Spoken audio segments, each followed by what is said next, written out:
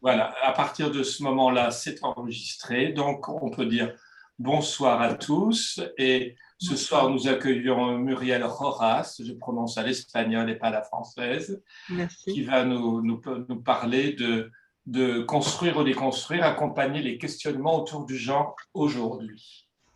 C'est à toi, Muriel.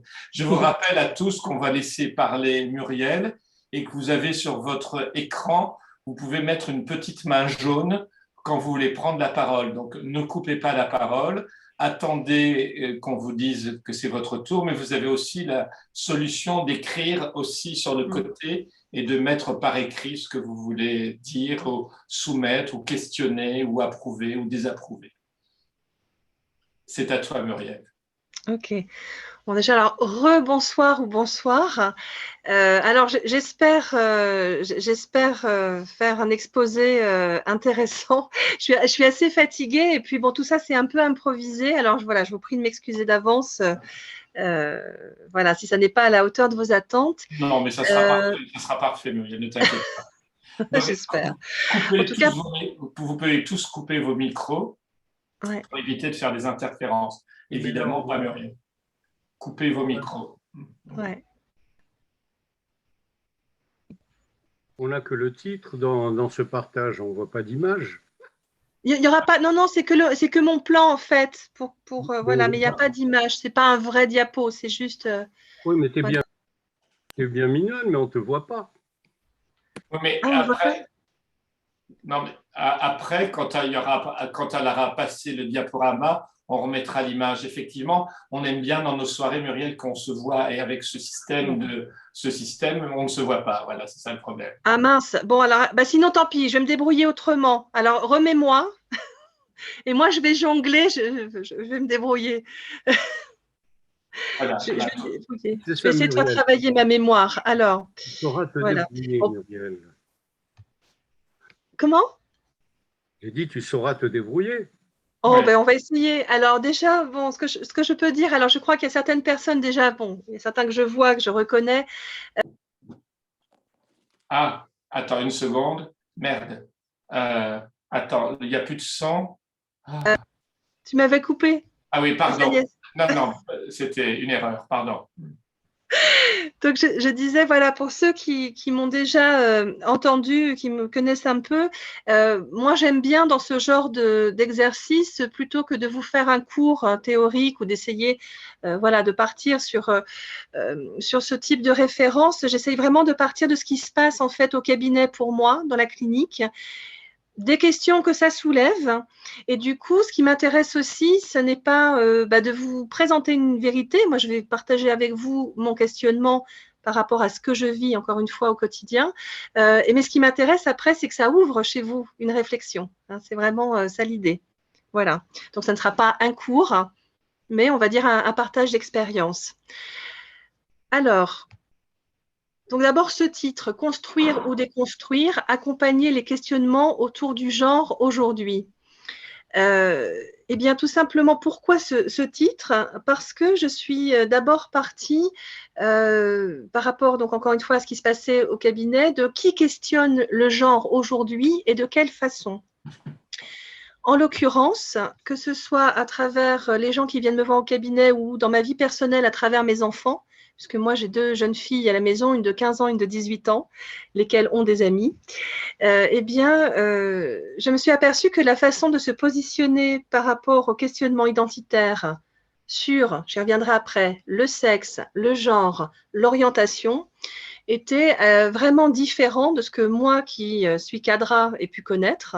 Et puis voilà, parmi nous, s'il y en a qui sont d'une génération encore plus importante, voilà, on a tous des repères différents. Moi, je fais partie d'une génération pour laquelle il y a eu, il me semble en tout cas, beaucoup de souplesse qui s'est acquis au niveau de l'orientation. Hein, on a intégré et banalisé au sens noble des choses qui pour nos parents ne l'étaient pas. Par exemple, pour nous, le mariage pour tous, c'est une évidence. Voilà, qu'on soit homosexuel, bisexuel, hétérosexuel, bon, c'est pareil, hein, c'est assez équivalent. En tout cas, ça fait partie de notre norme. Et là, j'ai commencé à recevoir des jeunes adultes hein, c'est-à-dire fin de vingtaine ou début de trentaine au cabinet, et puis parfois des adolescents, plus rarement des préadolescents, ça c'est plus des échanges que j'ai pu avoir dans un contexte privé, où je me suis aperçue qu'en fait ces trois aspects-là étaient questionnés d'une manière complètement différente, avec un discours qui se veut beaucoup plus large, c'est-à-dire que ce serait beaucoup plus inclusif, il y aurait une plus grande variété dans les identités, dans les orientations, sauf que, et c'est ce que je vais, en tout cas c'est ce que j'ai envie d'apporter comme réflexion aujourd'hui, la question c'est est-ce que vraiment c'est une variété ou est-ce qu'il n'y a pas confusion sur les niveaux ? C'est-à-dire, en gros, quand je me positionne, par exemple, comme étant non-binaire, de quoi est-ce que je parle et est-ce que ce dont je parle est finalement ce que l'autre entend ?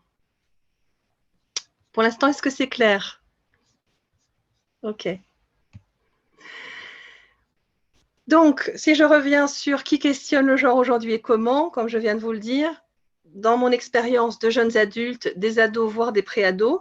Et là aussi, ce qui est intéressant, c'est que on a un questionnement qui se fait sur un mode extrêmement radical.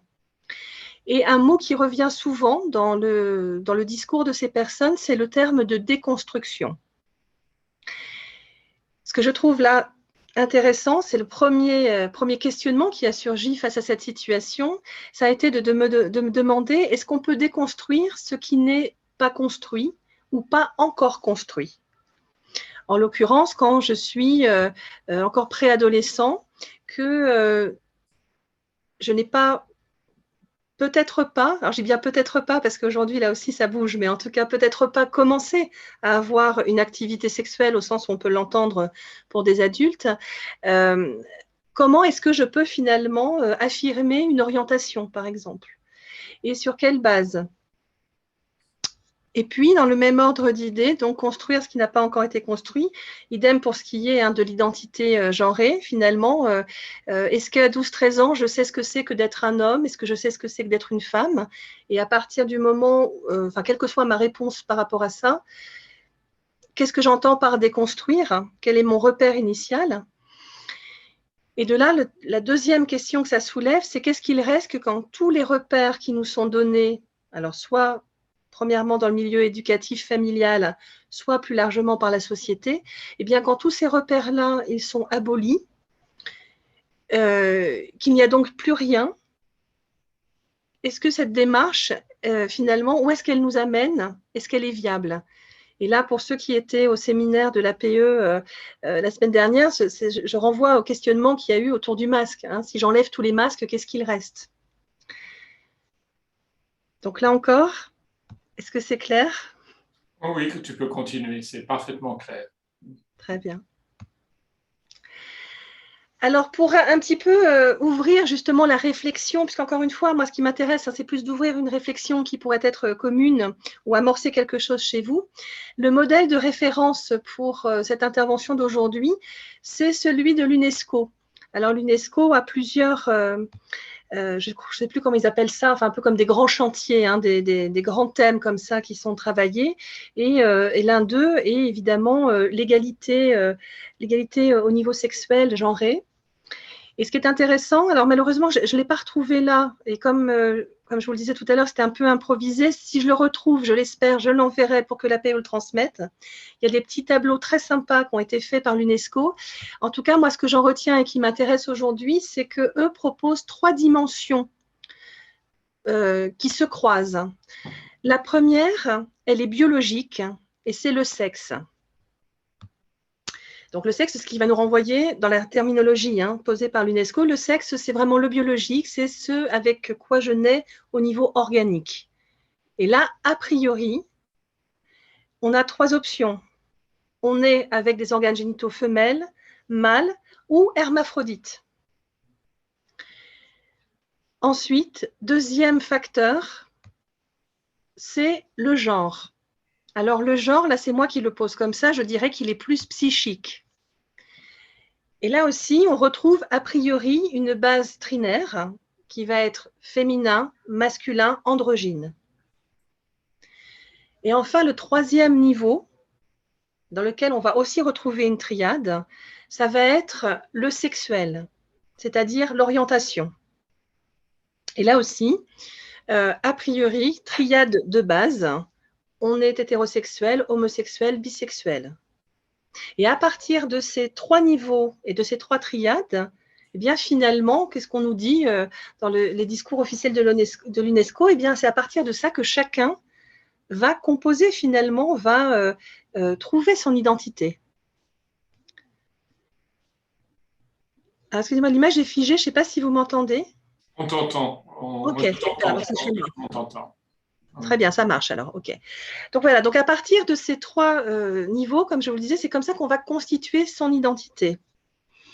Donc jusqu'à présent, en tout cas, là encore, hein, je parle depuis ma génération, depuis qui je suis, il me semble dans mon expérience professionnelle personnelle que, en tout cas au moins pour ma génération, bon, on arrivait à se débrouiller avec ces 3 niveaux et on arrivait, voilà, hein, à un certain nombre de combinatoires possibles. Or, aujourd'hui, eh bien, ces jeunes générations, elles viennent discuter ça et elles viennent nous dire, mais non, en fait, c'est plus complexe que ça. Alors, je ferai à la fin de l'exposé une proposition justement pour essayer de trouver un terrain de rencontre avec ces jeunes. Hein. Parce que pour le coup, eux vont vous dire, mais non, on n'est pas seulement, par exemple… alors d'abord, j'ai l'impression que souvent, ils font l'abstraction du biologique. Ils vous parlent très peu de ça. Hein. Ils ne vous parlent pas vraiment du corporel. Ils vont avoir tendance à tout réduire au genre.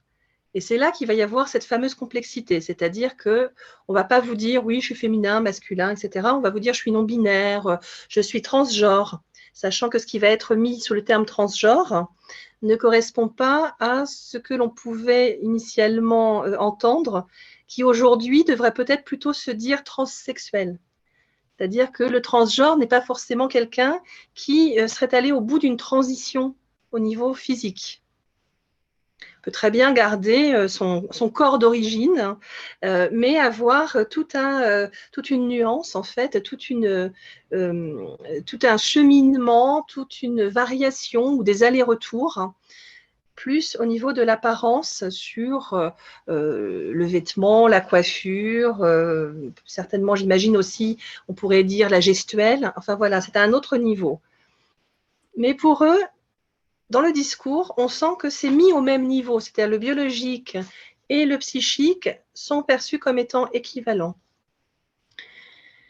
Donc là, déjà, on peut aussi se poser la question de la place du corps, de comment le corps finalement est appréhendé, quelle valeur on lui donne dans la construction d'identité. Donc ces différents niveaux, et en tout cas dans ma pratique, dans ma clinique, souvent je me pose la question de confusion. Je me demande si l'autre dans son discours ne fait pas une confusion. Alors la première, c'est celle que je viens d'évoquer, c'est celle du sexe et du genre. Par exemple, si je m'habille, j'ai eu le cas récemment, quelqu'un qui se présente vraiment comme étant une femme, enfin qui dit je suis transgenre, mais qui parle de lui au féminin, etc. Et puis finalement, c'est une personne qui, en tout cas dans ce que j'entends, il n'y a pas de transition, et en même temps qui, au niveau de l'imaginaire, du fantasmatique, a une sexualité qui ressemble beaucoup à celle d'un homme hétérosexuel.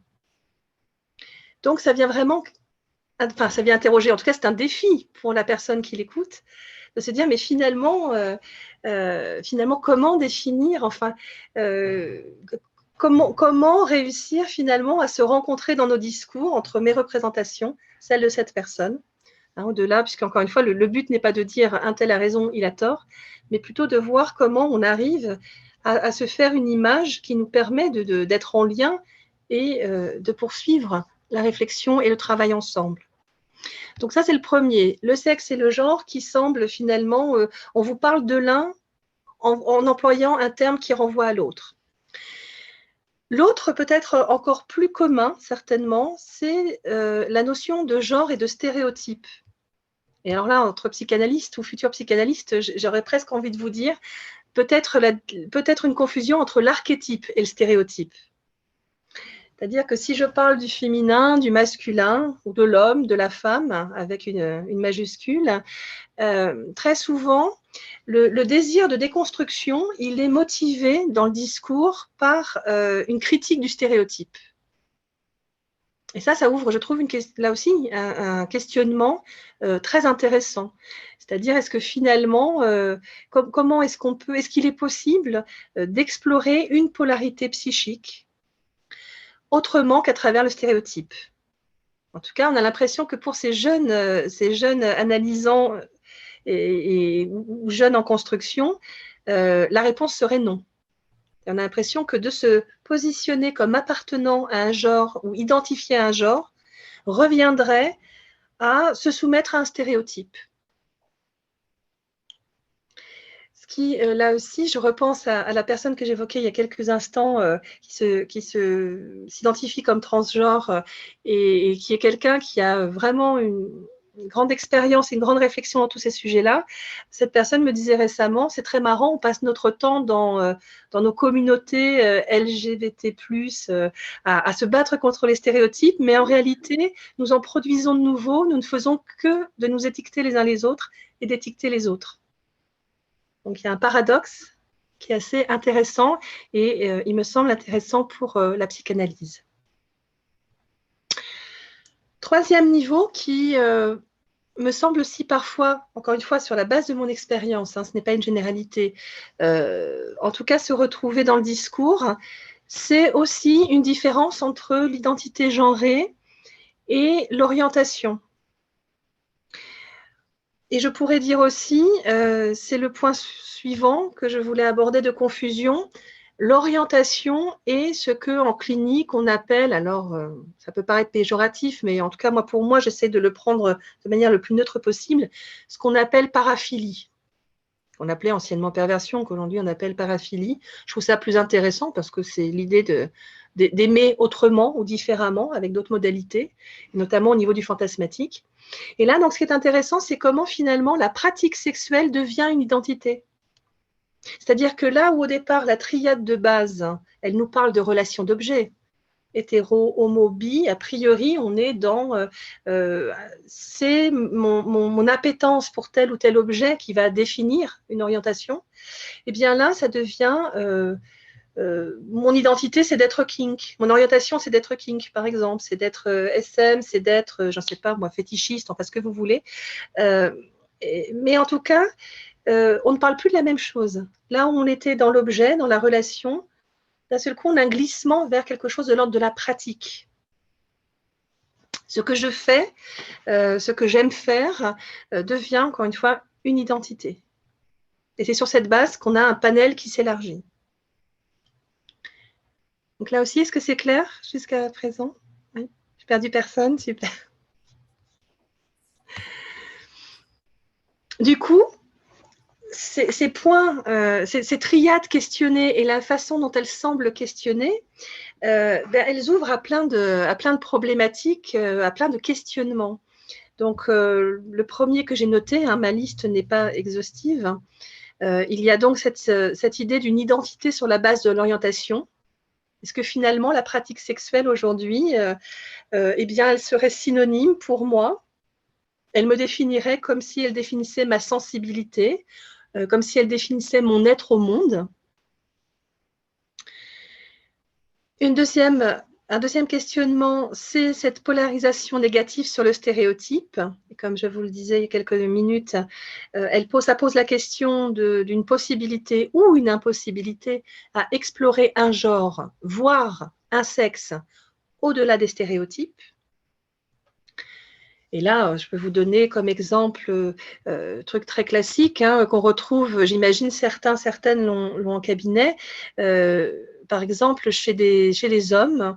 Moi, j'ai très souvent des hommes qui, en fait, se revendiquent d'une virilité, en tout cas qui sont dans un rejet de la virilité. Et en fait, on s'aperçoit que c'est parce que dans leur imaginaire, c'est faire partie du sexe de l'oppresseur.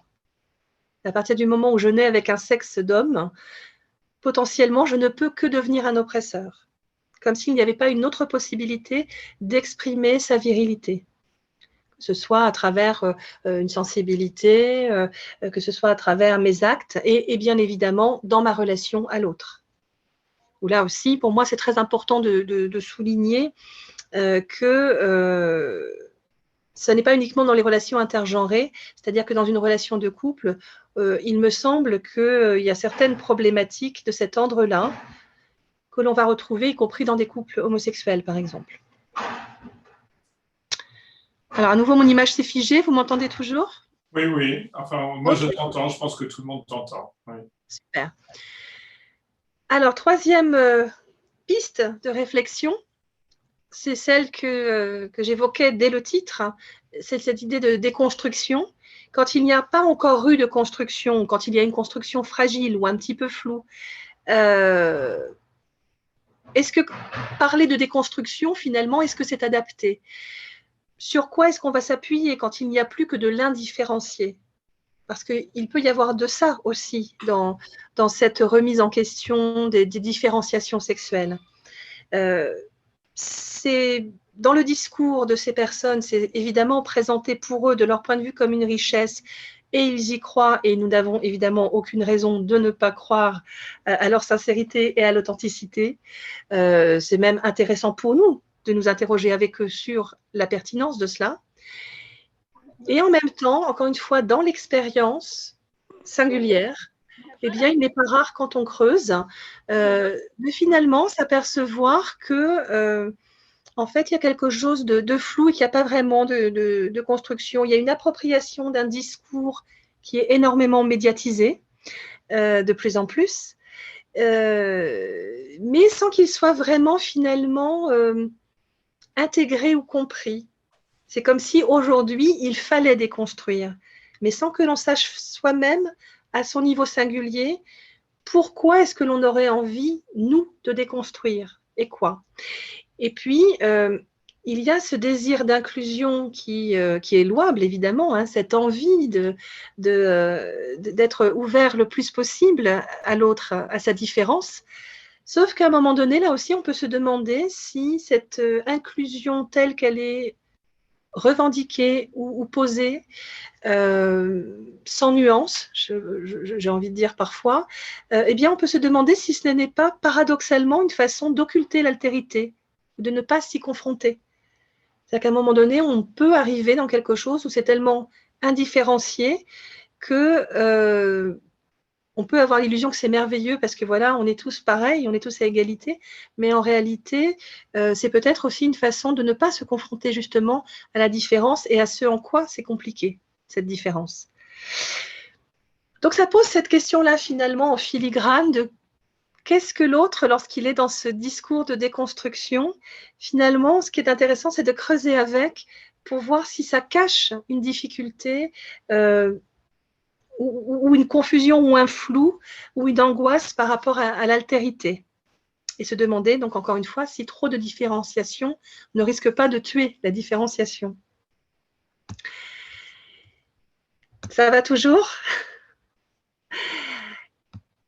Et ma dernier point que je vous dirais sur cet exposé assez succinct, hein, eh bien, en fait, la proposition que j'ai envie de partager avec vous, alors que je n'ai pas inventé, hein, l'UNESCO encore là aussi en parle de manière peut-être un petit peu différente, mais en tout cas c'est un point de convergence entre eux et moi, c'est certain.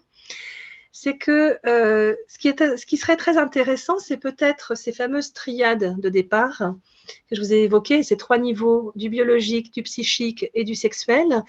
Peut-être que ce qu'il y a, en tout cas pour sûr, d'intéressant dans ces questionnements actuels des plus jeunes, c'est que nous gagnerions certainement à les penser, ces niveaux-là, comme des spectres, plutôt que comme des catégories. C'est-à-dire que finalement, qu'est-ce que nous dit le corps, qu'est-ce que nous dit la biologie à travers le génotype, par exemple? C'est qu'en fin de compte, l'histoire du XY, c'est pas si marqué que ça. En tout cas, oui, il y a des marqueurs suffisants pour qu'à un moment donné se cristallisent et se développent des organes génitaux mâles ou femelles, ou les deux. Mais en réalité, et là, je pense évidemment, par exemple, au syndrome de Klinefelter, hein, à des spécificités comme ça physiques. En réalité, on s'aperçoit qu'il y a une sorte de continuum avec deux pôles qui seraient mâle, femelle, et puis ça se baladerait pour chacun d'entre nous, entre les deux, eh bien finalement, peut-être gagnerions-nous, pour penser nos identités genrées, à avoir la même réflexion sur féminin, masculin, pour ce qui est du psychique, ce qui veut dire que, par exemple, je suis ce qu'on appelle aujourd'hui une femme cisgenre, j'ai un corps femelle, psychiquement, je me sens féminine. Pour autant, je déteste le shopping et je suis fan d'arts martiaux et j'adore les films de Castagne, vous voyez. Voilà, bon, et pourtant, je suis une fille. Eh bien, peut-être que c'est ça, en fait, qui à la fois serait le plus simple et en même temps nous est le plus difficile. C'est d'arriver finalement à penser en ces termes-là. Ce qui du coup amène un autre niveau de confusion que je n'ai pas nommé, mais je me rends compte et je le dis maintenant, c'est aussi l'histoire des rôles sociaux. Et il y a aussi une confusion entre le genre et le rôle social. Encore une fois, le genre, je me sens plutôt dans le féminin, le masculin ou vraiment au milieu, pourquoi pas. En tout cas, je me balade là-dedans. Et le rôle social, c'est qu'est-ce que cette polarité et le sexe qui l'accompagne, qu'est-ce qu'ils sont autorisés dans une société à faire et qu'est-ce que moi, en tant que citoyen ou citoyenne, je décide que ça m'autorise à faire.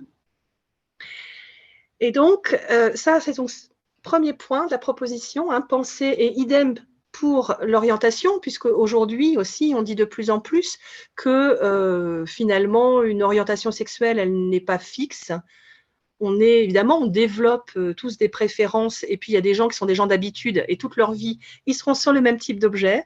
Et puis il y en a d'autres, à un moment donné, parce qu'il y a une rencontre, ou pour quelque raison que ce soit, il peut y avoir un changement. Et ça marche pour toutes les orientations. C'est pas uniquement un hétérosexuel qui va se retrouver dans une relation homosexuelle et on se dira, ah bah oui, en fait, il était refoulé. Bah non, on peut avoir aussi le cas de figure de personnes homosexuelles pendant une bonne partie de leur existence, et puis finalement, il y a une rencontre un jour qui les fait aller vers une expérience et une histoire et une orientation hétérosexuelle.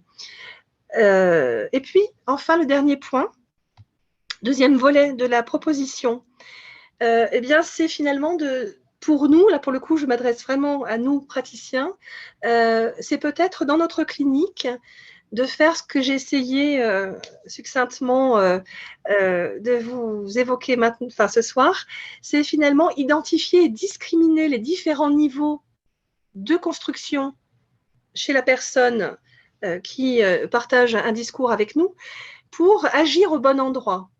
Et donc là, je vous redonne un ou deux exemples. Le rôle social genré, ce n'est pas le genre. Et puis, les modalités de la jouissance érotique, ce n'est pas l'orientation, par exemple. Voilà ce que j'avais à vous partager ce soir. Merci beaucoup, Muriel. Est-ce que aussi, on peut dire aussi l'influence de la religion, surtout au XIXe siècle, la religion qui a mis un carcan assez bourgeois donc sur ce qu'il fallait faire et ne pas faire, et aussi, toujours avec ce XIXe siècle, que aussi il y avait la reproduction, c'est-à-dire que il faut qu'il y ait un patron d'usine, il faut qu'il y ait des hommes, il faut que ça tourne. Donc, et puis le fameux aussi que tu aurais pu peut-être en parler, mais c'est intéressant, le fameux yin, le yang, où chacun a une partie féminine, une partie masculine. Mais c'est vrai qu'en ce moment, je pense qu'il y a une libération de la parole qui est là, parce qu'il y a des débats, même il y a eu des débats à la télévision il n'y a pas très longtemps, oui, ça devient une mode. Je ne crois pas que ça devienne une mode, c'est-à-dire que les gens osent en parler. Mais c'est vrai que moi, en clinique, j'ai presque 4 cas de dysmorphie du genre, ce qui m'était jamais arrivé. Donc, il se passe quelque chose dont un adolescent, un préadolescent. En fait, ce que je voulais dire par là, d'abord, je vais rebondir. Oui, pardon ? Oui, vas-y. Oui, je vais rebondir par rapport à ce que tu disais pour la religion, effectivement. Et du coup, en t'écoutant, je pensais aussi à un autre truc. J'avais entendu ça il y a quelques années dans une émission. Par exemple, sous Napoléon, il y a eu à un moment donné une période, alors je ne sais plus quelle période précise du règne napoléonien, mais comme il y avait une grande appétence pour toute la culture romaine, la bisexualité redevenait, on pourrait dire devenait ou redevenait, je ne sais pas ce qui est le plus juste, une norme, par exemple. Tout à fait, je l'ai lu aussi, ça. Voilà, donc il y a effectivement des facteurs qui jouent aussi sur l'acceptation ou la valorisation de telle ou telle orientation ou tel type d'identification. On sait qu'il y a des cultures dans lesquelles il y a un troisième sexe qui existe, par exemple. Voilà, il y a des langues où, je pense au hongrois, on peut parler au féminin, au masculin ou au neutre, par exemple. Nous avons Virginie qui habite en Hongrie, là, qui lève la main, voilà, qui habite en Hongrie, à côté de Budapest. Ah ben voilà, super. Mais sans que maintenant, avec l'écriture inclusive, j'en parlais donc avec ce cas clinique que j'ai eu cet après-midi, qui me disait, mais en français, le neutre n'existe pas, c'est elle, lui. Donc maintenant, il y a elle, ils inventent des mots. Et c'est vrai que je rebondis sur ce que tu disais, sur cette nouvelle génération je dirais 18-25 ans, où ils arrivent en cabinet, qui me parlent d'une fille, de son petit copain, et 15 jours après, de sa petite copine. Alors je lui dis, expliquez-moi. Si j'ai un petit copain, une petite copine, je vais de l'un à l'autre, sans état d'âme, sans nos générations, on était un peu honteux de ce qu'on faisait. On faisait ça en catimini, caché. Maintenant, c'est open bar, entre guillemets. Donc, il y a quelque chose qui est en train de changer. Il n'y a plus de honte, il n'y a plus de tabou. On essaye les garçons, on essaye les filles, mais c'est un côté en même temps un peu Kleenex. C'est-à-dire qu'on essaye tout, mais on jette très vite. C'était ça que… Oui, pardon. Quand tu parlais par rapport au phénomène de mode, c'était dans ce sens-là que je voulais le dire. C'est-à-dire qu'effectivement, d'un côté, je pense que même si c'est difficile parfois pour nous, tout simplement parce qu'on est, on est des êtres humains, on a nos constructions. Quand quelque chose de nouveau arrive, forcément, ça nous bouscule, même si on a envie d'être dans l'ouverture. Il y a quand même des moments où il faut qu'on assimile, il faut que la nouvelle info arrive et qu'on voit comment on se positionne. Donc, ce que moi, je voulais pointer avec ça, c'était justement le fait que c'est important de le creuser avec les personnes qui viennent, parce qu'il y a des vraies démarches comment dire, il y a des vraies transitions, il y a des vraies réflexions, des vraies identités complexes, etc., etc. Et puis, il y a aussi des personnes qui, en réalité, sont perdues et font de ce discours un phénomène de mode. C'est-à-dire qu'il n'est pas en lui-même, mais… Et la peur… Voilà, c'est ça que je voulais pointer. C'est ça qui, pour moi, est important qu'on garde à l'esprit. C'est-à-dire qu'on vérifie. Est-ce qu'il y a de l'authenticité ou est-ce qu'en réalité, ça masque de la confusion, du désarroi voilà, c'est ça qui est intéressant et important. Peur qui arrive beaucoup dans nos cabinets où des personnes, par peur de l'homme ou de la femme, vont vers le même sexe parce que l'autre sexe leur fait peur, alors qu'à la base, ils ne seraient pas homosexuels. Par exemple, tout à fait. Tout à fait, on va avoir… Est-ce que vous avez des questions quelqu'un? Jean-Claude, vas-y. Oui, il est une catégorie dont on parle très rarement.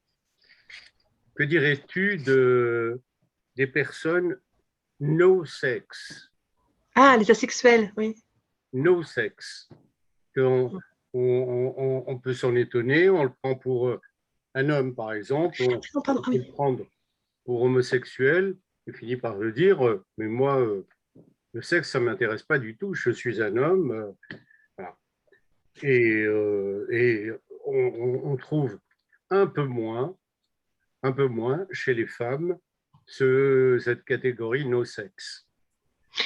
Qu'est-ce qu'il y a de particulier, de troublant là? Est-ce que tu en as rencontré? Est-ce qu'il y a un trouble psychologique dans leur fonctionnement ordinaire? Ou est-ce que c'est totalement assumé comme une normalité? Alors ça c'est intéressant. Alors est-ce que, juste pour pas que je dise de bêtises en réponse, est-ce que c'est ce que moi je nommerais la sexualité, c'est-à-dire les gens qui n'ont pas de sexualité, c'est à ça que tu penses? Oui, qui ne se portent pas vers une relation sexuelle, quelle qu'elle soit. Alors, sans surprise, j'ai envie de dire, parce que je pense que pour tout psychanalyste, on a souvent tendance quand même, on aime bien la singularité, on n'aime pas généraliser, je pense. Donc, je serais évidemment tentée de dire que ça va dépendre des personnes. Moi, il y a des choses que je trouve intéressantes Alors, j'en ai pas eu, moi, au cabinet. J'ai lu des choses dessus. Après, j'ai rencontré des gens où j'ai moi-même aussi pu passer par des phases où on n'a pas envie de sexualité. Ça, c'est autre chose. Oui. Ouais, et ce que je trouve intéressant, alors là aussi, ça ouvre après, vous voyez, sur plein d'autres thèmes. Moi, il y a un thème que je trouve absolument passionnant, bon, aussi parce que je m'intéresse à la spiritualité, et puis, alors, là aussi, pour ceux qui me connaissent, évidemment, plus spécifiquement sur la tradition juive, mais pas que, euh, pour moi, ça peut être en lien avec, par exemple, la notion de pudeur.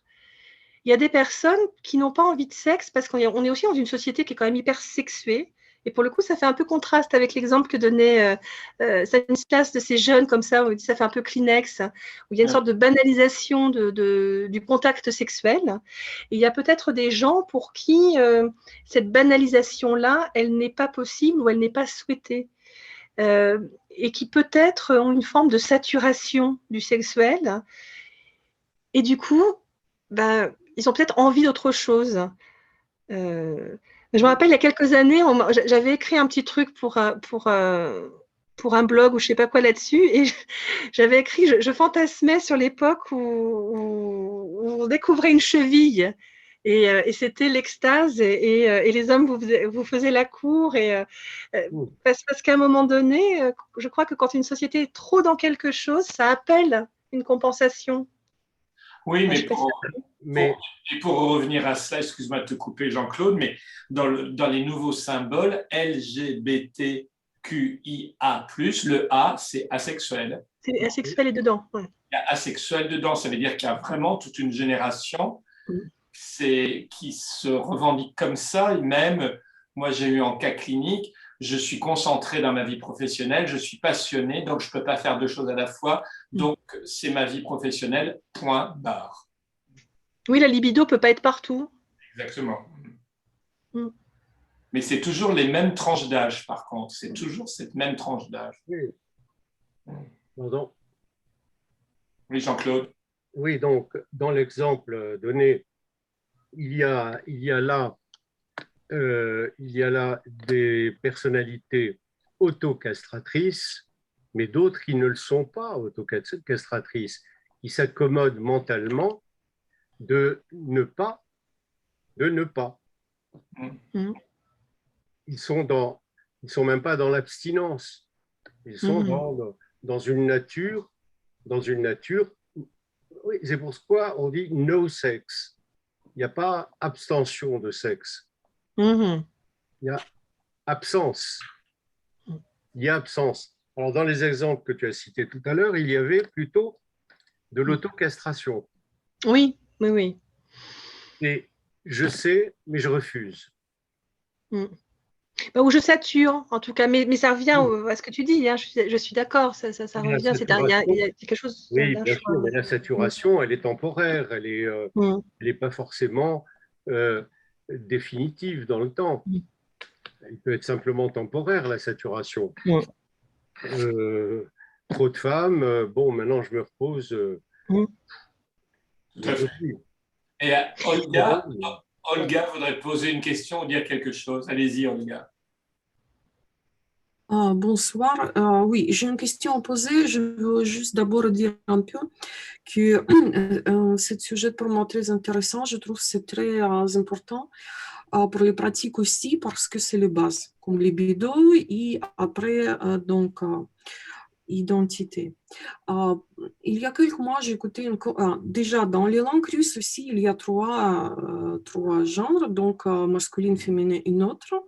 Voilà, et on pense qu'en Russie et les pays qui autour, c'est bon, cette question fermée et tout, mais en réalité, dans la vie, les gens, ils ont beaucoup pensent à ça aussi. Et donc, j'ai écouté, je vois sur les pratiques, hein, oui, officiellement, peut-être, c'est pas, c'est interdit des fois, mais dans les vies, ça passe parce que, justement, mon question, il va baser sur ça. Il y a quelques mois, j'ai écouté une conférence, un psychiatre russe qui est spécialiste sur cette question-là.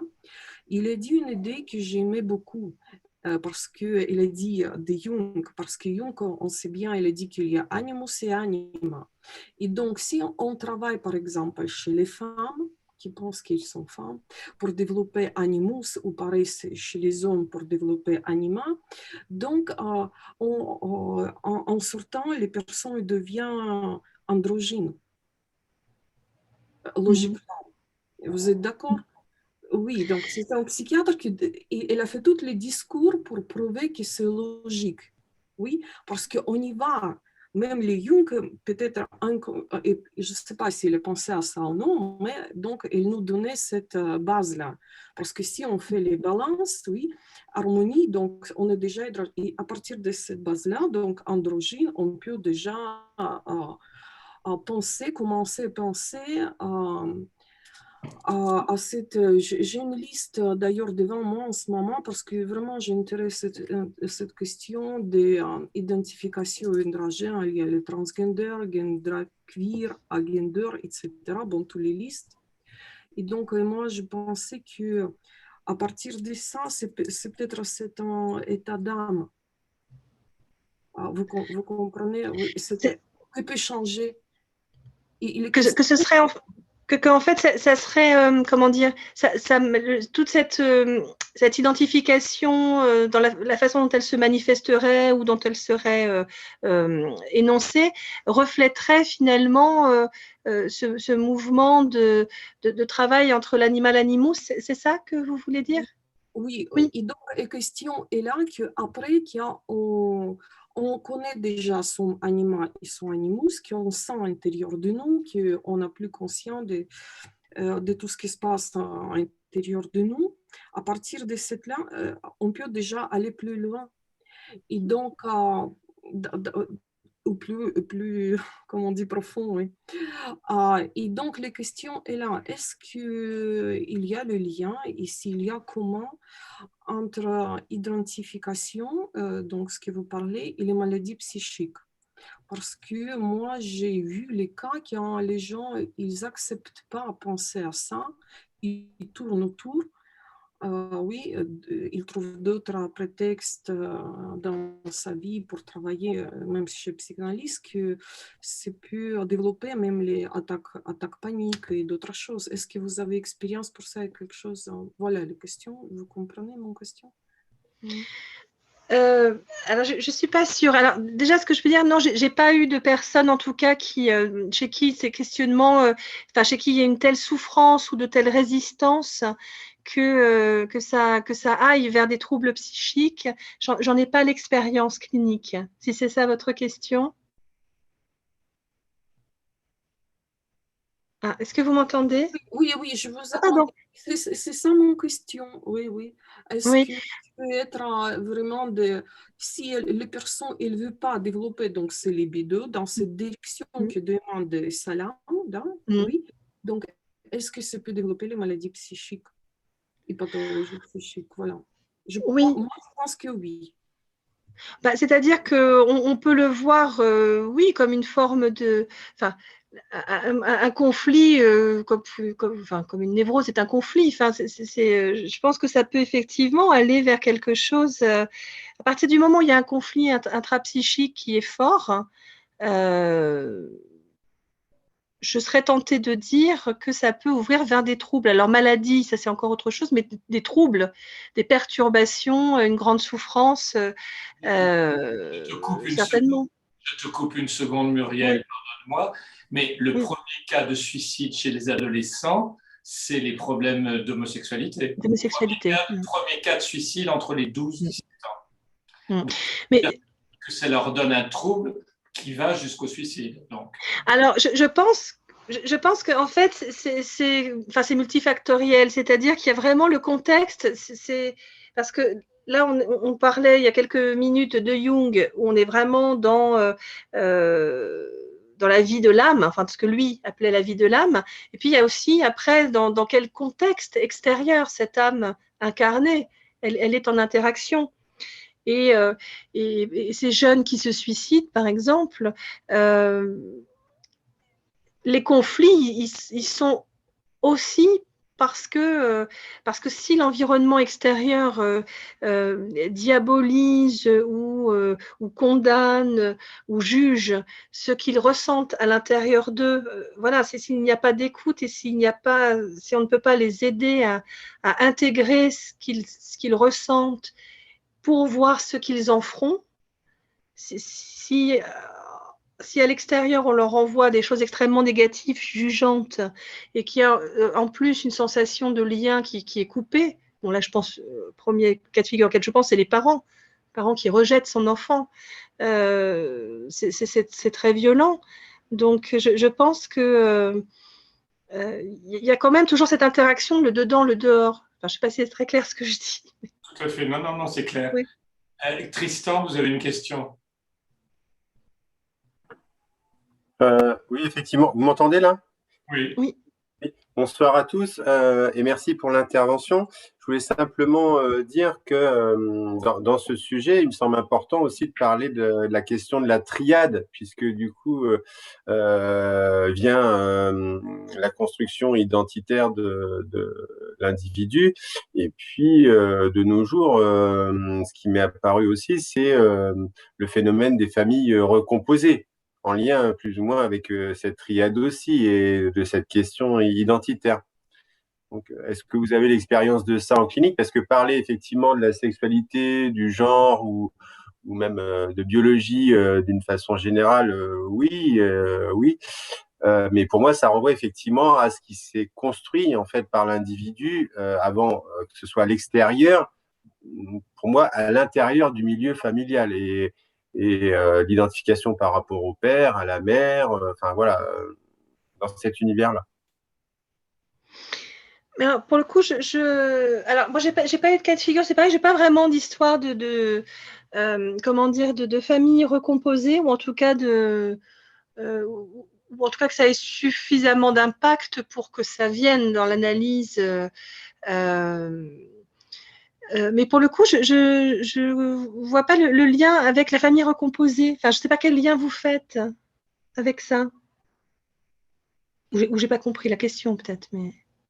Il n'y avait pas de question, mais au départ, l'idée, c'était que je voulais amener que quand même, dans l'orientation qui va être choisie par l'individu et la construction identitaire, il y a quand même, me semble-t-il, la question de la triade. Dans le développement de l'individu, l'identification au travers des parents, etc. Au sens oedipien, c'est-à-dire les parents et l'enfant, voilà. C'est ça? Oui, d'accord. Oui, là, ça y est, c'est bon, clair. J'y suis. Et puis après, je me disais plus loin, mais c'est juste une question. Après, je ne sais pas comment ça se retrouve dans la clinique. Quid des situations où effectivement il y a recomposition de la famille, parce que effectivement c'est plus complexe à mon sens.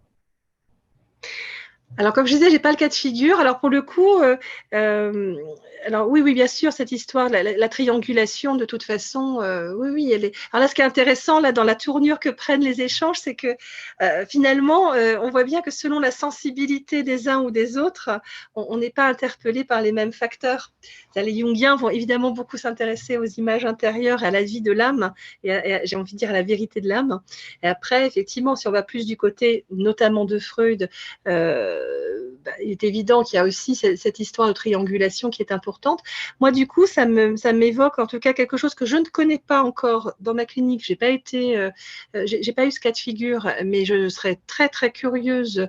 J'ai une vraie curiosité intellectuelle pour ça. Ça serait très intéressant de voir ce qui se passe dans des familles où la triangulation se fait avec des parents de même sexe. Puisque un des arguments majeurs de ceux qui étaient contre l'homoparentalité était de dire justement, voilà, il n'y a pas de féminin, masculin, etc. Moi, je serais très curieuse de voir, d'entendre en tout cas, finalement, ou d'observer comment se passe l'identification, le développement d'un enfant élevé par deux parents de même sexe. Voir si c'est finalement, est-ce que ça marche, est-ce que malgré tout ça marche pareil que chez les hétérosexuels ou pas. Ça serait intéressant. Donc, je ne réponds pas tout à fait à la question, mais j'élargis encore plus. Il y a eu des études qui ont été faites là-dessus et visiblement, ça a l'air de marcher. Ouais. Donc, en fait, ça ne changerait rien alors. Enfin, ça ne changerait rien. pas de manière On ne connaît pas, significative. je n'ai lu que dans la littérature. Tiens, Frédéric Vincent vient de nous rejoindre. Il y avait deux questions avant. Marjorie, c'est à vous. Et après, c'est Pauline. Marjorie. Marjorie. Bonsoir. Bonsoir. Merci Muriel pour cet exposé. Toujours un plaisir d'écouter. Alors moi, je fais plein de ponts parce que ça me fait penser au cours de Jean-Claude sur la dette, par exemple. Et puis ça me fait aussi assez résonance parce que je me posais la question, tu parlais tout à l'heure des histoires des rôles sociaux. Moi, je me vois par exemple pour mon exemple, mes parents ont toujours voulu avoir un garçon et j'ai toujours été garçon manqué pendant très très longtemps. Et encore aujourd'hui, je fais un métier de mec. Et jusqu'au moment où virage à 90 degrés, je me dis stop, maintenant c'est fini, je veux trouver ma féminité et je veux carrément changer de vie. Voilà, et c'est pour ça que je faisais le lien par rapport à ce que tu disais, qu'à un moment donné, on peut switcher et revenir sur... voilà, c'était le petit lien que je voulais faire. Merci. Ben merci de ce partage. Pauline. Alors, bonsoir à tous aussi, et merci également. Moi, je m'interrogeais aussi sur la société et le lien qu'on peut en faire avec tous les mouvements récents qui ont bougé, je crois, le regard aussi des gens. Je pense à MeToo, à tous la déconstruction sur le patriarcat, ou alors tout le travail aussi qui est fait autour de l'inceste. Est-ce que ça pourrait aussi expliquer, peut-être en partie, que justement, surtout le regard sur l'homme, pour le coup, change, quoi, parce que là, on est en train de montrer des hommes, la part masculine, en tout cas, elle n'est pas mise en valeur. Est-ce que ça pourrait être aussi ce qui pourrait faire changer les ados sur leur part masculine? Est-ce que je suis garçon et est-ce que j'ai envie d'être ce genre d'homme? Voilà, je m'interrogeais là-dessus. Oui, alors là, pour le coup, c'est vraiment plutôt ce genre de choses-là que je rencontre, pour le coup, dans ma clinique. C'est vraiment ces thématiques-là, effectivement. Comme quoi, on voit voilà, combien c'est riche, hein, parce que voilà, il y a des questions qui ont été posées sur lesquelles je ne peux que poser une limite personnelle. Je ne connais pas ou je ne connais que théoriquement, mais en tout cas, je n'ai pas accompagné ou travaillé avec. Là, en revanche, oui, c'est vraiment le cœur, effectivement, de ces choses-là. C'est très intéressant ce qui se passe et puis il y a beaucoup de choses qui sont liées. Je pense qu'au niveau de tout ce qui est de l'ordre du corporel, encore une fois, ou du psychique, ou de l'orientation, je pense qu'il y a certainement des choses à aller explorer du côté du rapport au corps, de ce qui se passe avec le transhumanisme. Enfin, je pense qu'il y a vraiment toutes ces choses-là, il y a des passerelles certainement. Hein, si je suis dans un monde de plus en plus virtuel ou si je suis dans un monde où je me vis comme une machine et il n'y a plus de frontières, forcément, ça vient bousculer les constructions genrées et biologiques. Et là, avec ce que tu évoques, Pauline, effectivement, j'en donnais un ou deux exemples tout à l'heure. Moi, j'ai eu plusieurs hommes au cabinet. Alors, c'est marrant parce que j'ai commencé avec des hommes qui étaient auteurs de violences. Moi, j'ai d'abord été dans ces spécificités-là, même jusqu'en milieu fermé, où je suis allée rencontrer des hommes auteurs de violences.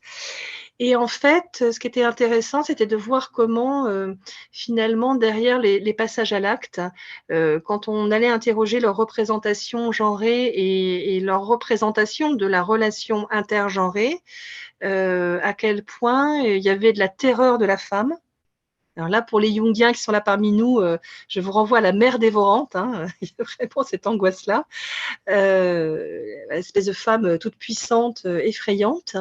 Et puis, et en même temps, chez d'autres, un refus, en tout cas, une souffrance d'être homme.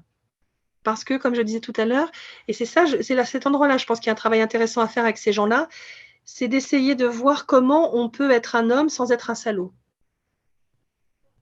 Et comment on peut être un homme sans être dans un truc patriarcat, parce que là aussi, il y aurait beaucoup de choses à dire là-dessus. Moi, j'entends beaucoup de femmes qui fantasment, notamment dans les milieux alternatifs que j'ai beaucoup, beaucoup fréquentés. Je peux vous dire que dans les milieux du féminin, on retrouve les mêmes abus. On retrouve les mêmes abus et on retrouve les mêmes dérives que dans le patriarcat. Donc, je pense que le problème, c'est un peu simpliste. C'est vrai que dans le patriarcat, il y a des problèmes, on ne peut pas le nier, et on ne peut pas. Enfin, il y a des choses à changer, à transformer, il y a des choses à ne plus accepter. Ça, c'est vrai. Mais il ne faut pas tomber dans le piège du coup de diaboliser complètement le masculin, l'homme, et à l'inverse, d'être dans un truc angélique sur le féminin et sur la femme. Et là, si on vient à des repères un peu freudiens, par exemple, la fonction du père, elle est quand même d'aider à défusionner de la mère, parce que s'il n'y a pas cette énergie-là, on est dans le fusionnel. Est-ce que c'est bien? Je ne sais pas, mais en tout cas, ça n'est pas que bien. Je ne sais pas si ça répond. Si, merci. Merci. Bicéra, tu veux parler? Vas-y, Bicéra. Oui, je me permets d'intervenir parce que ça m'évoque pas mal de choses. Bonsoir. Merci beaucoup, Muriel. L'exposé était très, très riche. Merci. Donc je suis issue du monde de la psychiatrie et ça m'évoque tellement de choses, notamment sur la place du père et de la fonction paternelle. Et j'ai vu et je me suis intéressée au mouvement MGTOW. Je ne sais pas si vous en avez entendu parler du mouvement MGTOW. C'est des jeunes hommes à peu près de la trentaine qui refusent la relation à la femme parce qu'ils estiment que les femmes sont très dévorantes, castratrices, enfin, il y a un empêchement d'avancer dans le couple et la relation, mais sur le plan individuel. Et je pense qu'on est dans une société des extrêmes aujourd'hui. On combat le patriarcat à l'extrême pour aller vers le féminin à l'extrême et que les extrêmes ne sont jamais très bons, qu'il faut peut-être trouver un espace d'entente, de cohésion entre qu'est-ce que c'est qu'un homme, une femme, ou peut-être au milieu, de trouver sa place, son existence propre. Et c'est une question très délicate, mais je vois au cabinet, la question dans le couple, les difficultés du couple et de la relation, c'est souvent lié à cette place. L'homme, qu'est-ce que ça représente finalement dans les tâches ménagères? Qui c'est qui sort la poubelle finalement? Et pourquoi c'est toujours moi qui sors la poubelle et pas l'autre? Enfin voilà, il y a des questions comme ça très pratiques, vraiment très pratiques, mais en même temps, ça pose la question du fond, c'est quelle est ma place finalement? Quelle femme j'ai envie d'être ou quel homme j'ai envie d'être? Et cette question de tout féminin, tout le côté fusionnel qui devient pathogène, et je le vois en psychiatrie, parce que trop de fusionnel, ça va vers la psychose. Ça va vraiment dans la dérivation de la psychose et des extrêmes de l'autisme, de ce que j'ai pu vivre en clinique psychiatrique et pédopsychiatrique.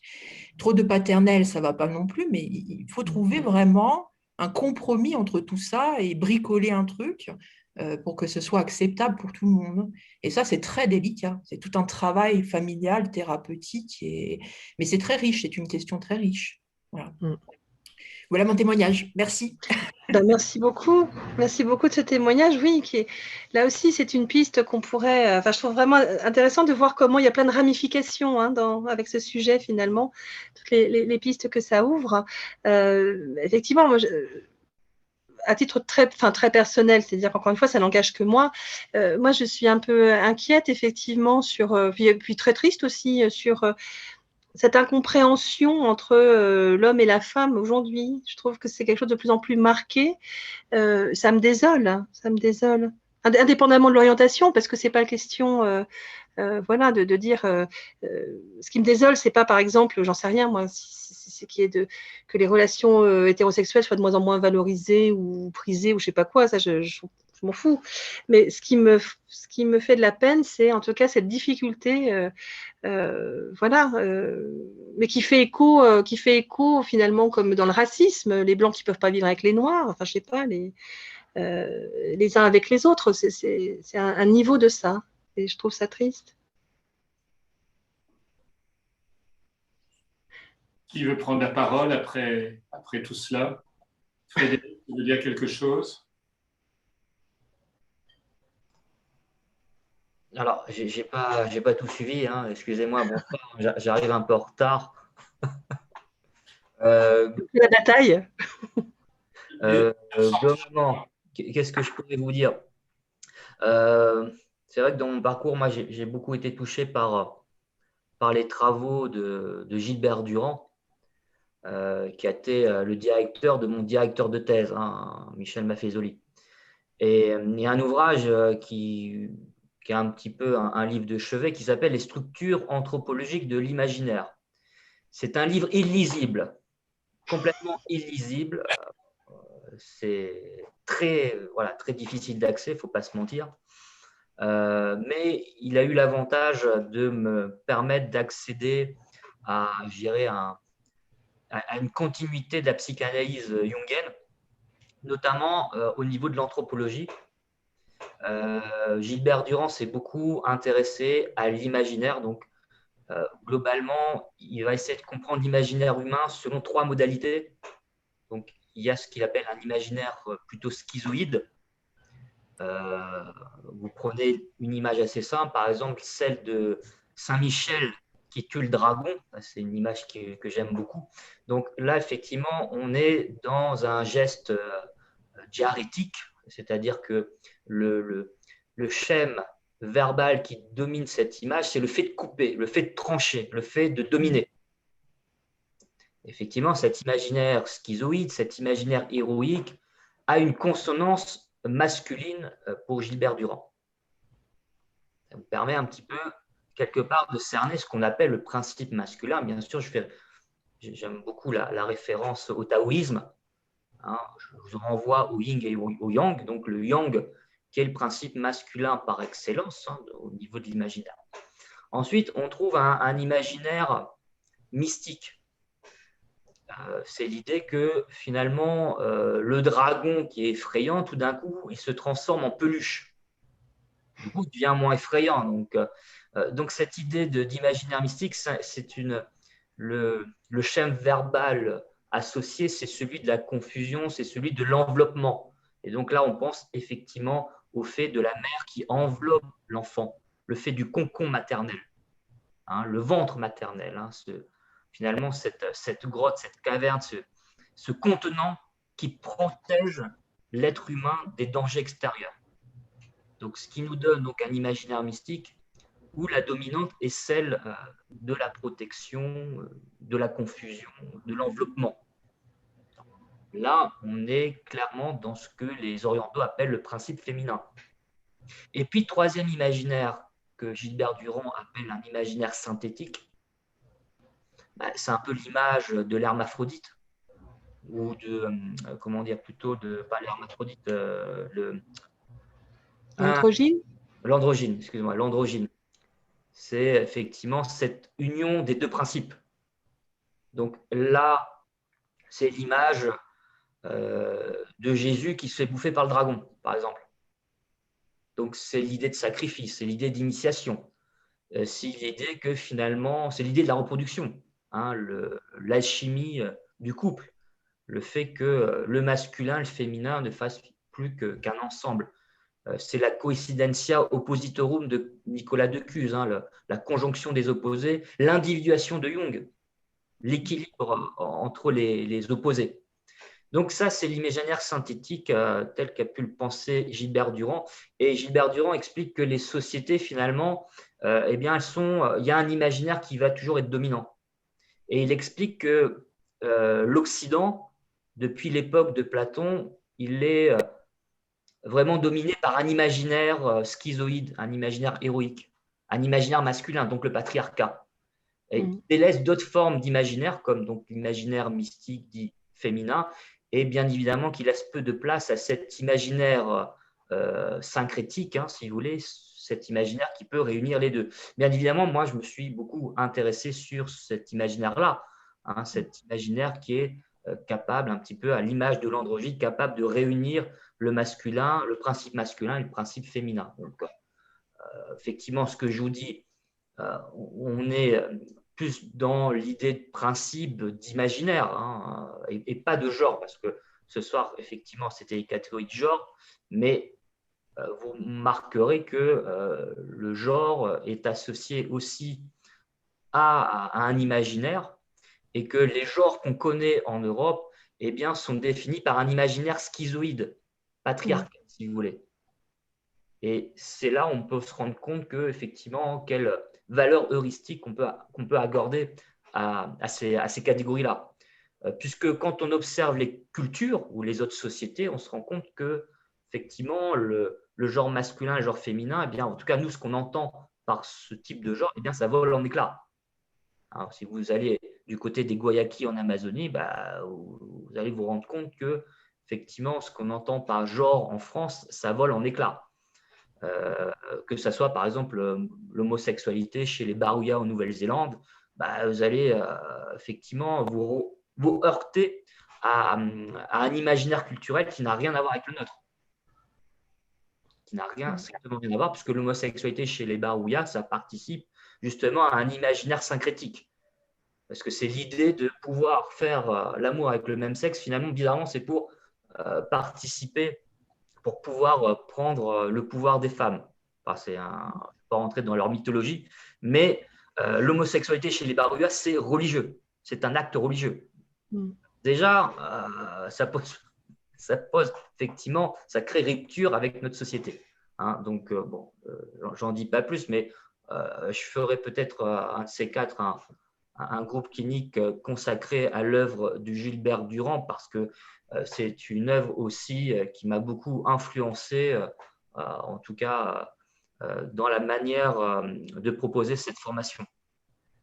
Parce que c'est aussi l'œuvre du Gilbert Durand participe aussi au travail d'Edgar Morin, cette idée de transdisciplinarité, de effectivement s'ouvrir à toutes les cultures, essayer de comprendre les cultures sous un prisme qui va au-delà de l'ethnocentrisme. Ça aussi, c'est une notion qui est importante. Et je vous demanderai de réfléchir là-dessus. Justement, le problème de notre regard ethnocentrique sur les phénomènes de la vie humaine. Le fait qu'effectivement, on réduit tout à notre point de vue d'occidental ou de bon français cartésien. Voilà. Pour rebondir aussi sur ce que tu disais, Frédéric, l'androgynie dérange beaucoup les gens de ne pas être ni l'un ni l'autre. Ça peut servir même dans la musique. Pensez à David Bowie, c'est l'exemple le plus typique. Même dans ses interviews, Bowie était totalement androgyne. Donc ça plaît, ça ne plaît pas. Et des personnages comme ça ont fait bouger des cases et perturber beaucoup de personnes. Alors, justement, moi, Bowie, je fais partie des fans de Bowie. C'est pour ça que je disais ça. Mais non, mais ce que je trouve très intéressant d'ailleurs, et ça pose une question. Alors, en même temps, j'entends alors, il y a deux, trois trucs que je voudrais dire par rapport à ce que vient de dire Frédéric. Alors, la première chose, c'est oui, rappeler, puisque tu en avais aussi parlé tout à l'heure, Stanislas, du yin et du yang. Il ne faut pas oublier que, en fait, c'est en mouvement, le yin et le yang. C'est ça qui est intéressant. Souvent, on a cette image fixe avec le masculin, le féminin, enfin voilà, le blanc, le noir, mais en réalité, c'est en mouvement. Et ça, je trouve que c'est intéressant, justement, par rapport à ce qu'on disait au début de cet échange. Quand je vous parlais de penser en termes de spectre, il y a vraiment cette idée de dynamique, de fluctuation que je trouve intéressante. Donc, effectivement, c'est un repère, peut-être un symbole qui peut être intéressant. Pour ce qui est de l'ethnocentrisme, d'un côté, je suis d'accord, et en même temps, moi, je vois le côté pratique dans la clinique qui est finalement de partir aussi de la vision de l'autre. Enfin, c'est-à-dire que je suis d'accord, je pense que c'est important quand on se forme de s'ouvrir et de dépasser et d'élargir ses référentiels, ça incontestablement. Après, voilà, ça pose la question finalement quand on a les gens… je pense que c'est important de partir de leur référentiel. Ça, c'est vraiment une petite aparté.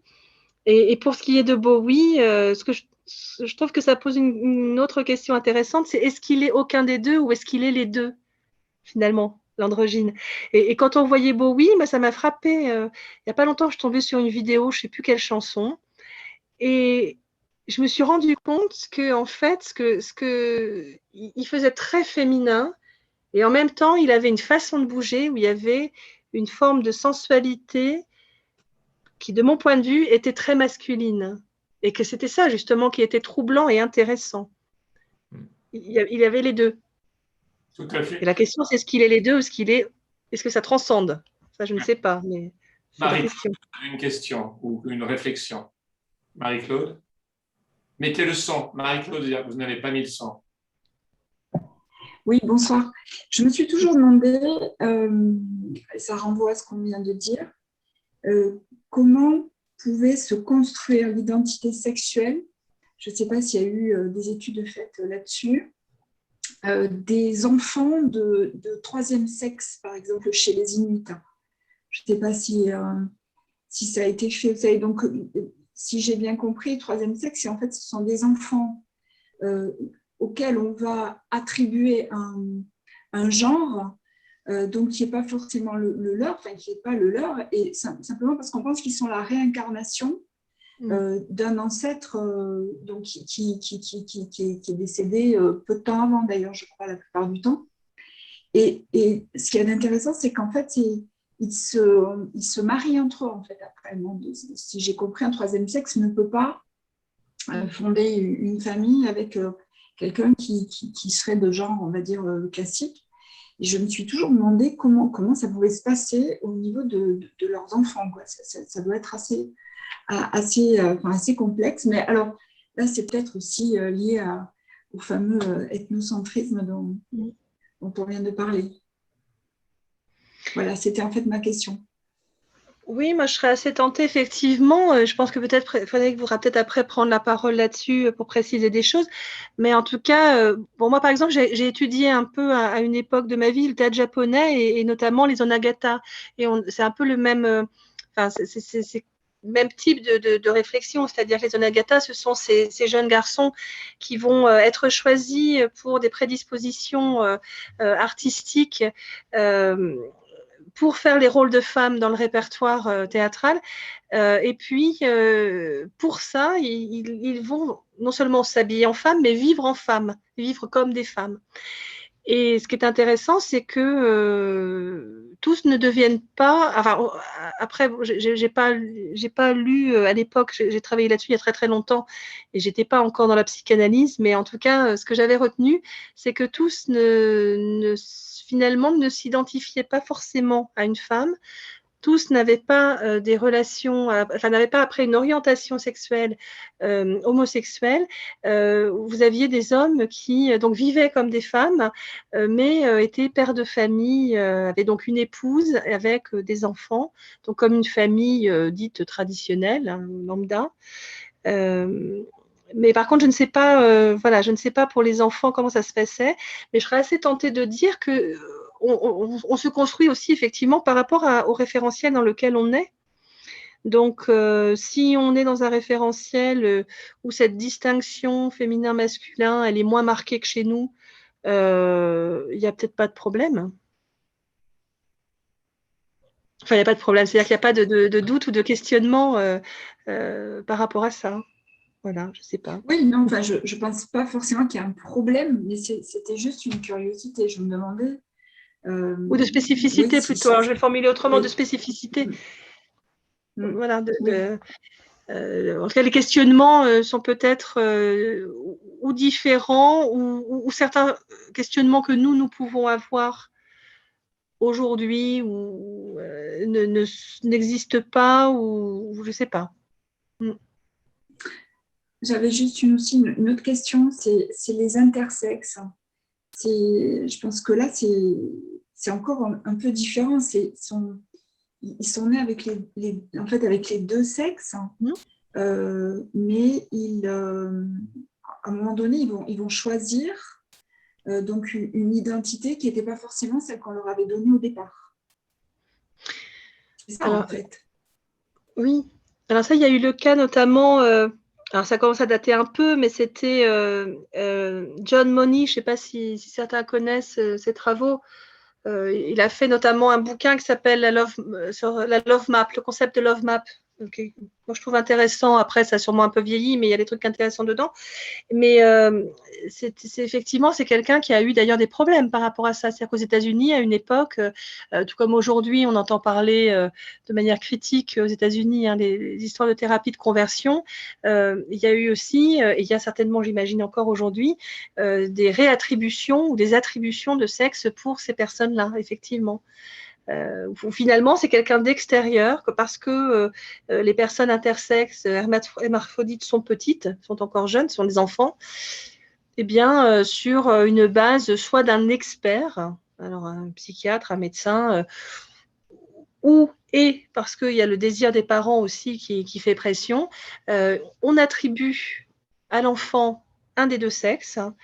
Malheureusement, quand il grandit, il n'y a pas toujours confirmation. C'est-à-dire qu'il peut finalement se dire, mais non, mais en fait, moi, en fait, aujourd'hui, ce que je sens, c'est que j'étais plutôt de l'autre sexe. Oui. Voilà, après, je ne sais pas, je sais qu'aux États-Unis, voilà, il y a eu ce problème-là. Après, ici, je ne sais pas. En France, je ne suis pas sûre qu'on ait le droit d'attribuer. Je ne sais pas. Il y a eu un procès il n'y a pas longtemps de quelqu'un qui a fait un procès, qui n'était pas d'accord et qui veut faire changer ses papiers d'identité parce qu'il se sent femme et on l'a obligé d'être garçon. Donc, il y a eu quelque chose qui, je ne sais pas où ça en est, mais ça a duré très longtemps, cette histoire. C'est en France, tu dis, pardon? En France? C'est en France, oui. Et est-ce qu'il y avait eu opération? Parce que là, aux États-Unis, ça allait. Enfin, les histoires qu'il y a eu avec Money, c'était parce qu'en plus, il y avait vraiment eu intervention chirurgicale pour qu'il y ait un seul sexe. Je pense que oui aussi. Et là aussi, d'accord. Je pense que maintenant, en écoutant les mouvements, ce qui se passe, ils attendent le plus tard possible l'enfant et soit peut-être un peu ado ou pré-ado pour ne pas le faire bébé ou trop petit. Ils ont une réflexion ou de voir comment le corps se fait, comment ils sont plus féminins, masculins. Enfin, c'est moins arbitraire qu'à une époque quand même où c'était vraiment presque à la naissance ou dans les premières quelques semaines après la naissance. Tu es là, Muriel? Je ne te vois plus. Oui, oui, je suis là toujours. Oui, oui. Ouais. Quelqu'un d'autre? Je vous sens tous dubitatifs devant vos écrans. Frédéric, tu veux rajouter quelque chose sur les tribus? Ah oui, il y a Nadia Sirène veut parler. Nadia, c'est à vous. Non, j'ai d'abord une question. Est-ce que neutre et non-binaire, c'est la même chose? C'est une bonne question. Je vais faire ma réponse habituelle, mais en même temps, bah voilà, on ne peut pas être autre chose que soi. Non, moi, je me dis qu'en fait, je suis toujours très sensible à la singularité. Je pense que c'est toujours intéressant de savoir quand quelqu'un emploie un terme, pourquoi lui, il l'emploie. Voilà, parce qu'il y a toujours un champ d'interprétation neutre, non-binaire. On peut tout à fait considérer que c'est synonyme. On peut aussi, j'imagine, tout à fait trouver les arguments pour prouver que ça n'est pas synonyme. Voilà, donc… Je me pose la question parce que dans neutre, j'entends quelque chose de l'ordre de l'effacement. Quelque chose… Et dans non-binaire, c'est que ma réflexion. J'entends quelque chose de l'ordre du non-positionnement, mais je ne sais pas. Oui, non, mais c'est intéressant. Moi, quand j'entends des jeunes parler de non-binaire, ce que je comprends, c'est l'idée de fluctuation, effectivement, de non-positionnement, mais comme s'il y avait une fluctuation. Alors que le terme neutre, et là ce serait intéressant peut-être d'avoir le point de vue des personnes présentes qui viennent de pays où il y a justement des pronoms neutres pour savoir comment dans ces cultures-là, justement, qu'est-ce que ça recouvre finalement? Est-ce que ça recouvre une absence de… ça n'est ni féminin ni masculin, donc voilà. Et c'est ça que ça recouvrerait. Je ne sais pas, ça serait intéressant de… Mais c'est vrai que neutre, on pense plutôt à ça, à l'absence de genre, alors que non-binaire, on serait peut-être dans quelque chose de plus fluctuant ou de moins, en tout cas, qui ne serait pas clivé ou qui ne serait pas manichéen. On va peut-être prendre la dernière personne avant notre conclusion. Il y a Delphine H. Delphine H voudrait parler. Delphine. Oui, alors, je remets ma caméra quand même. Merci Muriel déjà pour l'exposé. Voilà. Et je voulais juste en fait vous parler d'un film qui s'appelle Nour et qui retrace la vie d'un Pakistanais en fait. Et Nour en fait adolescent, il est devenu transgenre par nécessité. C'est-à-dire qu'en fait, il était pauvre et pour nourrir sa famille, il a intégré la communauté des Kushra, je crois qu'on dit comme ça, au Pakistan. Et finalement, il s'est fait castrer, tout ça, pour être. Il avait déjà adolescent un physique très fin, il était très beau et tout ça.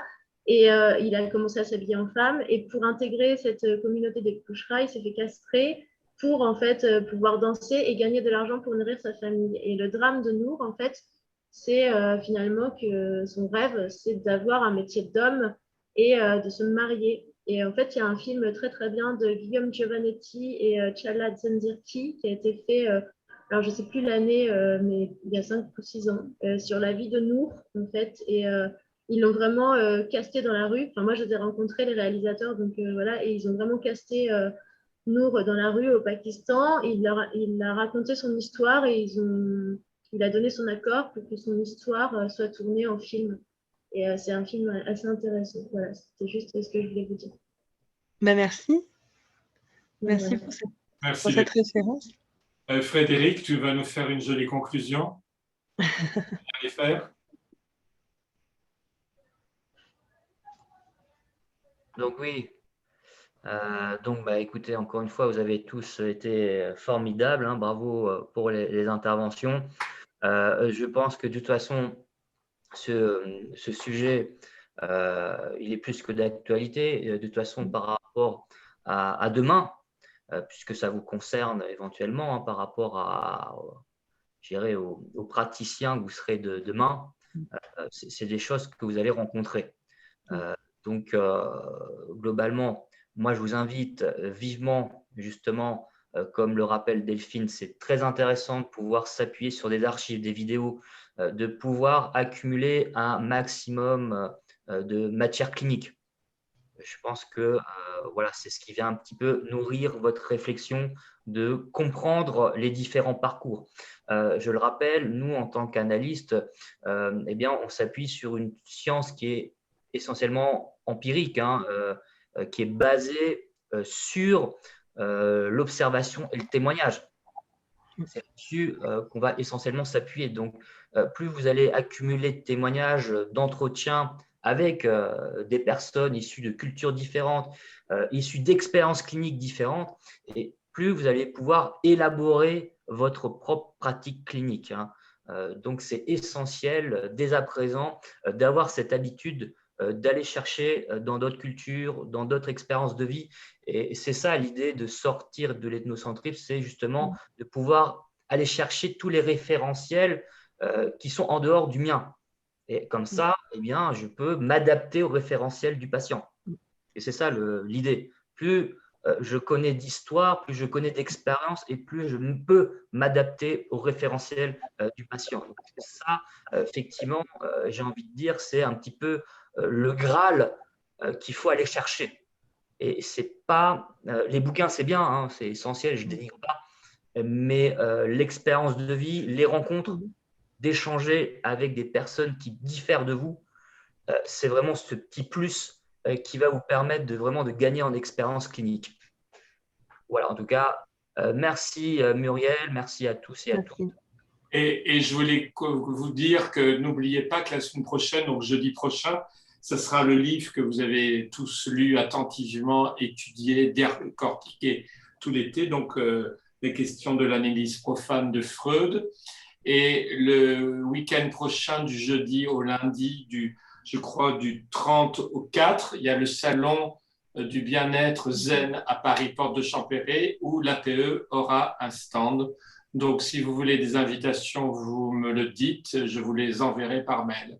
Et le 1er octobre, on a la journée de conférence Voyage en catharsis. Donc, c'est dans le 12e. Hein, donc, on fait ça là dans un magnifique théâtre. Donc, on aura les interventions du professeur Maffezoli, du professeur Benyamina. On aura aussi une conférence de Jean-Louis Bischoff, hein, qui était intervenu au festival. Donc, oui, je vous invite vraiment, si vous pouvez, vous libérer, parce que l'endroit, c'est 1000 mètres carrés d'espace consacré au théâtre polonais, hein. Si vous ne connaissez pas Grotowski, c'est le moment de vous renseigner sur ce metteur en scène polonais qui est assez formidable. Il y a beaucoup de liens et de consonances avec la psychanalyse.